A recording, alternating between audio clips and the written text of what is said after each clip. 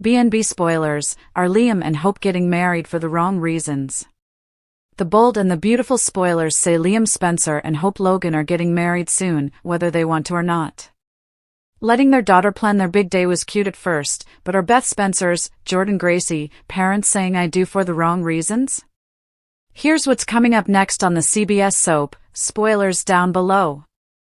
Now that the Luna Nozawa, Lisa Yamada drama is in the past, the Spencer and Forrester families are ready to move forward with their lives. That means it's time for Liam Spencer, Scott Clifton, and Hope Logan, Annika Noel, to set a wedding date. Beth's wedding for her parents. When Lope let their daughter Beth take over the wedding arrangements, it was more of a cute and symbolic thing. But Beth has taken the reins and is moving full steam ahead.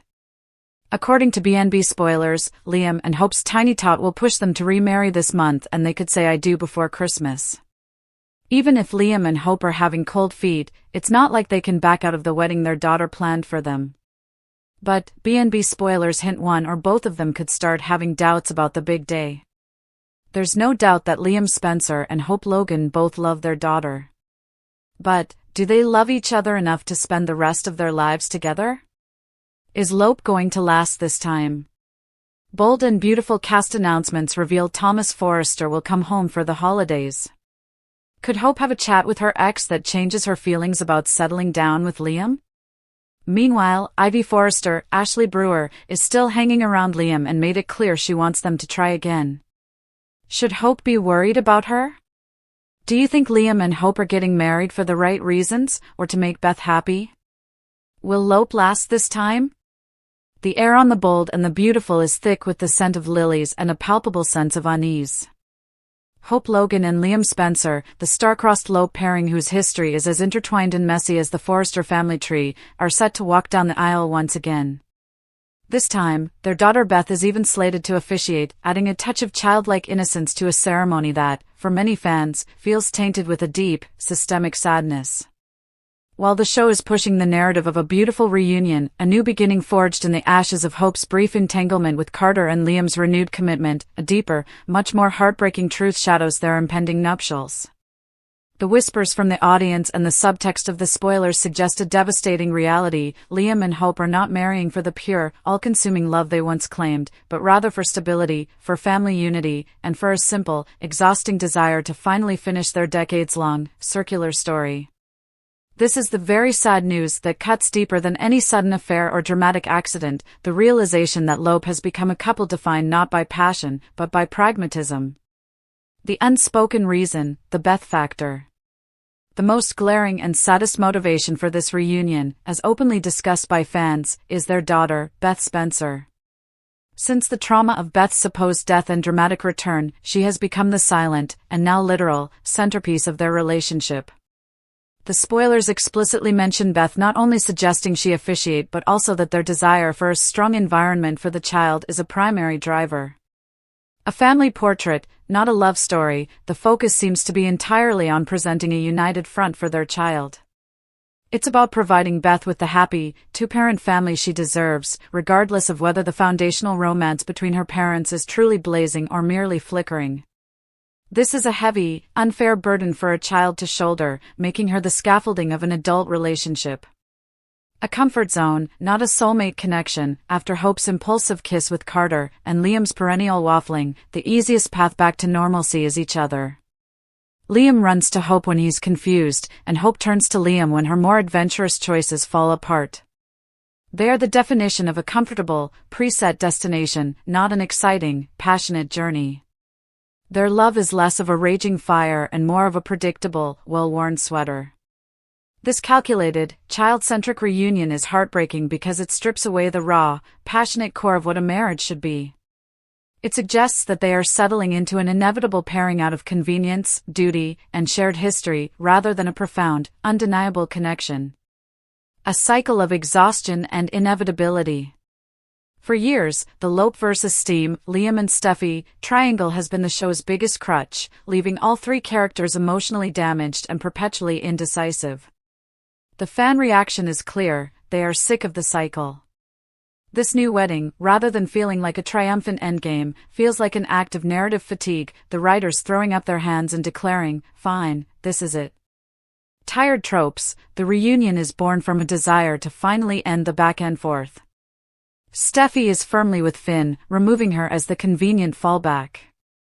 This leaves Hope as the only logical choice for Liam. As one fan lamented, it can't keep being him indecisive about who he loves. It's done now. Steffi is with Finn, and unless something catastrophic happens, Hope and Liam are endgame. This sentiment of must be rather than want to be is the very sadness of this story. The lack of organic romance, where is the passionate courtship? The grand declarations that don't involve a reference to their shared child? The spoilers highlight a few heartfelt dates and admission of past mistakes, but the energy feels subdued. Fans note the lack of romance and the recycled, sappy vows that are bound to be about loving each other until someone better comes along, highlighting the inherent instability that always plagues their vows. The shadow of drama, Sheila's looming threat. As if the emotional undercurrent wasn't sad enough, the logistical drama surrounding the wedding is purely external and threatens to shatter the fragile peace. Sheila Carter, a villain who embodies chaos, is the most likely disruptor. External versus internal conflict, the true problem with Lope is internal, Liam's waffling, Hope's self-doubt, and the specter of Steffi. Instead of addressing this, the show is relying on the external threat of Sheila crashing the wedding because she was uninvited. This move is less about the couple's relationship and more about generic soap opera fireworks.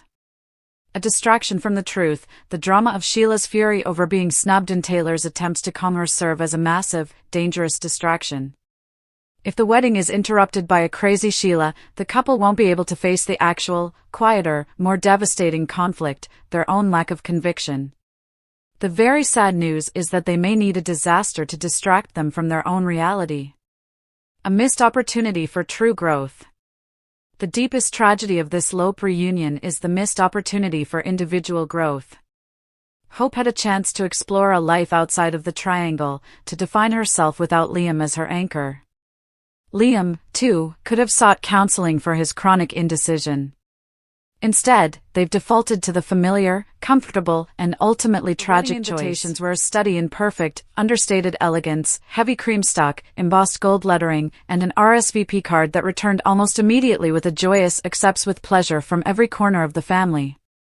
For Eleanor and Thomas, Beth's parents, these cards didn't just signal an event, they were tiny, tangible confirmations of a lifelong dream realized. Their firstborn, their brilliant, fiercely independent Beth, was marrying a good man, Mark, in a ceremony that promised to be the epitome of their shared, traditional vision. The dream had been 2 years in the making, meticulously planned, joyfully anticipated, and financially secured with every penny they could afford and then some. Today, however, that perfect dream shattered, not with a loud, dramatic crack, but with a chilling, profound silence that descended upon the grand, sunlit chapel. The silence was the first sign that this was not the joyous day they had rehearsed 1,000 times in their hearts. The unveiling, a glimmer of trouble. The morning started with the familiar, electric energy of a wedding day. Eleanor, a woman whose calm exterior hid a heart easily moved to emotion, had personally supervised the delivery of the floral arrangements, cascades of white peonies and blush roses that were supposed to look ethereal against the ancient stone architecture. Thomas, usually reserved, had been openly beaming, his eyes red-rimmed from a sleepless night spent rereading the speech he would never get to deliver. He kept checking his watch, anxious to see Beth, who was dressing in the vestry with her bridesmaids, a whirlwind of tulle and excitement. The guests began to arrive, filling the pews, a tapestry of friends and family, all dressed in their finest, whispering their excitement. The organist began to play Bach's solemn, processional prelude. It was the music Eleanor had always imagined for this moment. She watched Thomas stand, adjusting his tie one last time, his chest swelling with pride, ready for his cue to walk his daughter down the aisle. The door to the vestry opened, and the bridesmaids emerged, gliding in perfectly choreographed steps. They looked lovely, but their smiles were brittle, their eyes darting anxiously to the main entrance. Then, a long, agonizing pause. The organist played the final, sustained chord, and the church waited. The doors remained closed. the whisper that became a roar. A young woman, one of the coordinators, slipped discreetly up to Thomas. She whispered something, a tiny, hurried collection of words that Thomas initially dismissed as a last-minute hitch with the flower girl's crown.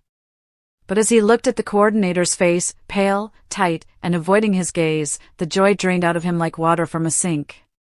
He leaned in, and the coordinator, her voice barely a breath, repeated the words. Thomas stood frozen, his hands still resting on the back of Eleanor's chair. His face, usually ruddy, turned an ashen white that scared Eleanor more than any loud exclamation. The organist, sensing the delay, started a softer improvisation, a musical question mark hanging in the air. "Thomas? What is it?" Eleanor asked, her own blood beginning to chill. He didn't look at her. His gaze was fixed on the aisle, now a barren, echoing space of silk and flowers. She's not coming," he mumbled, his voice a rasp. "Beth is not coming." The three words, seemingly simple, landed on Eleanor like a physical blow. The silence in the chapel was suddenly deafening. It wasn't just a cancelled ceremony, it was the sudden, inexplicable void where their daughter, their dream, and their future had just been. The letter. The coordinator's hand trembled as she gave Thomas a folded, ivory-colored envelope. It wasn't a note from Beth, not exactly. It was a formal, typed letter, delivered by a messenger an hour ago, addressed to both Eleanor and Thomas. The return address was Beth's shared apartment with Mark. Thomas's hands shook as he tore it open, the rustle of the paper a vulgar noise in the quiet church. Eleanor leaned in, her eyes scanning the cruel, neat paragraphs over his shoulder. It wasn't an emergency. It wasn't an accident. It was a deliberate, calculated, and devastating decision. Beth had not only called off the wedding, but she had done so in the most clinical, detached way possible. The letter explained that she had chosen a different path, one she felt she could no longer postpone, and that this path did not include the life that had been so generously planned for her. She offered no apology, no explanation of why she was leaving Mark, only a sterile statement of finality.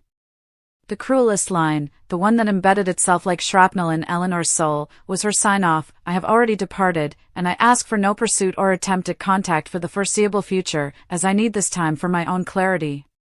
She had already departed. She wasn't standing outside, having second thoughts. She was gone.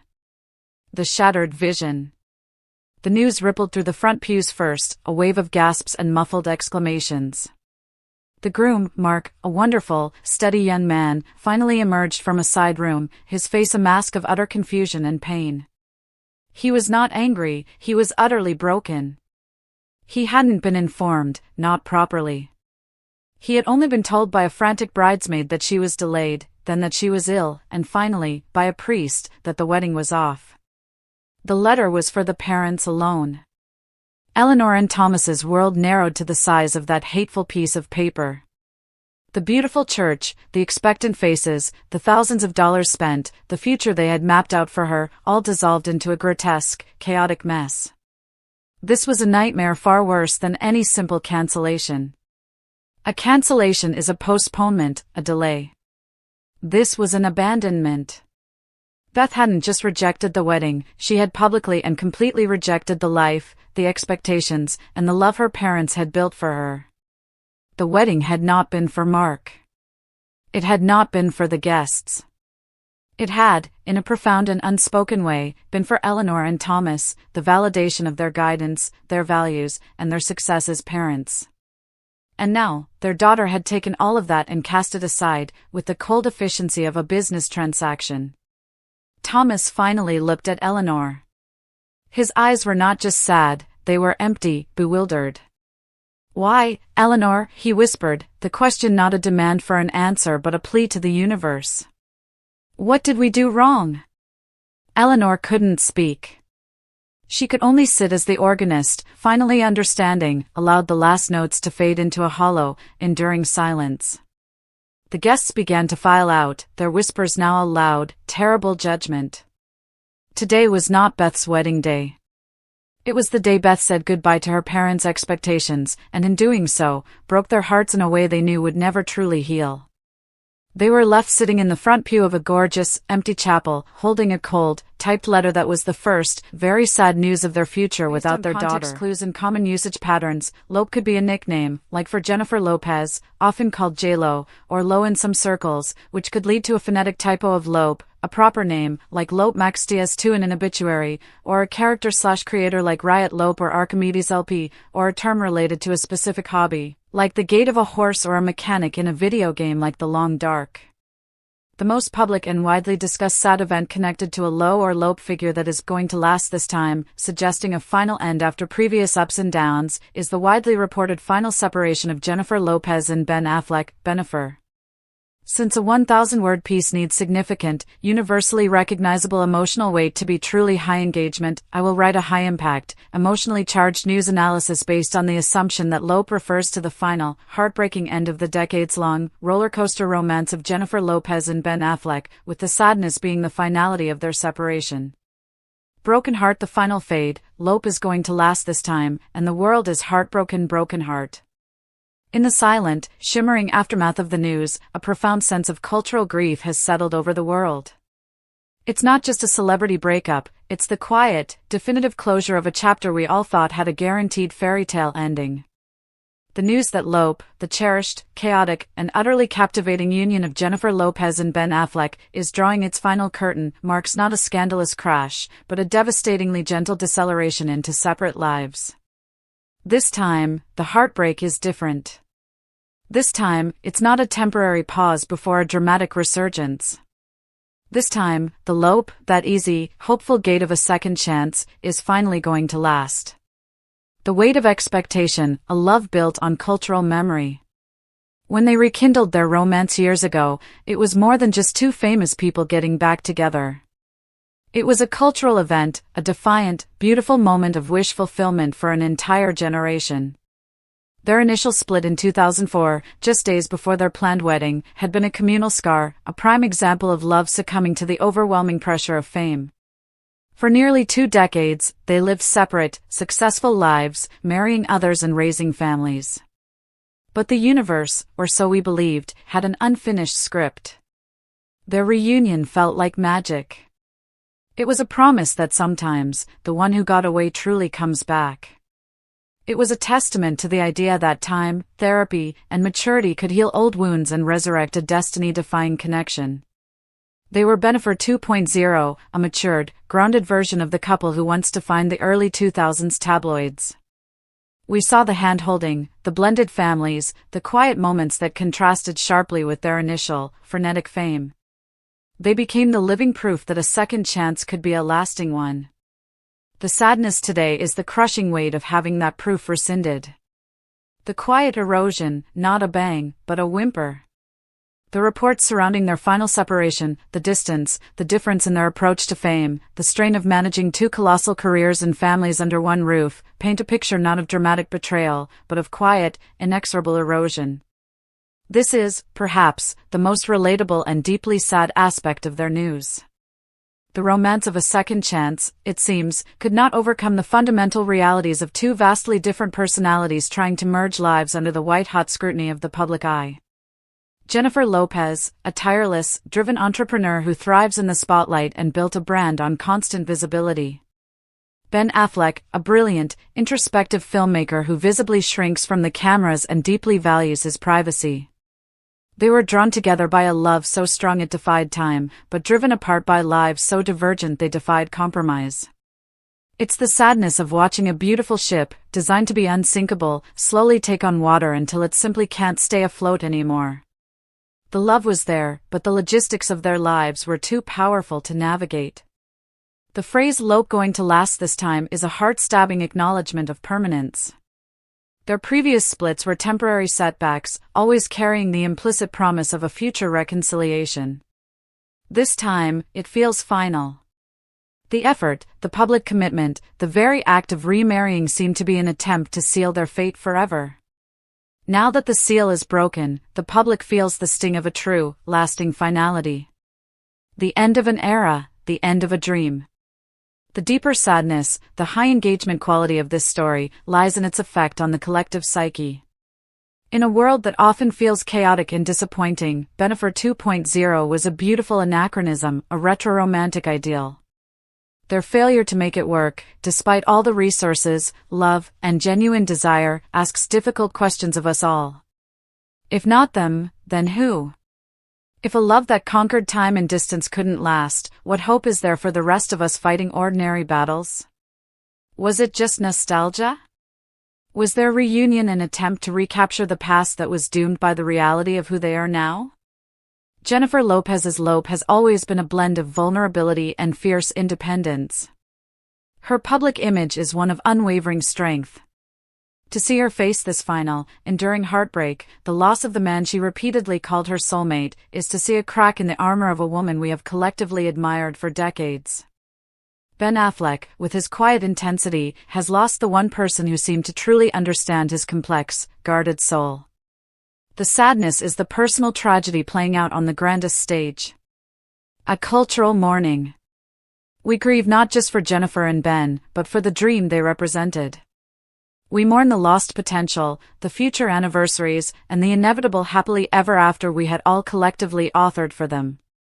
It serves as a stark, painful reminder that sometimes, even the fiercest love cannot change the basic incompatibility of two different worlds. This is the very sad news that will resonate long after the initial headlines fade. The Lope is over, and this time, we have to accept that it will last. All that is left is the respectful silence of a world watching its most compelling love story fade to black, leaving behind a legacy of iconic moments and the heavy, lingering question of whether a true second chance can ever defy destiny. The hope they reignited will now have to be found in quieter, less spectacular places. For now, we simply sit with the profound, communal sorrow of a dream that, against all odds, has finally and tragically failed.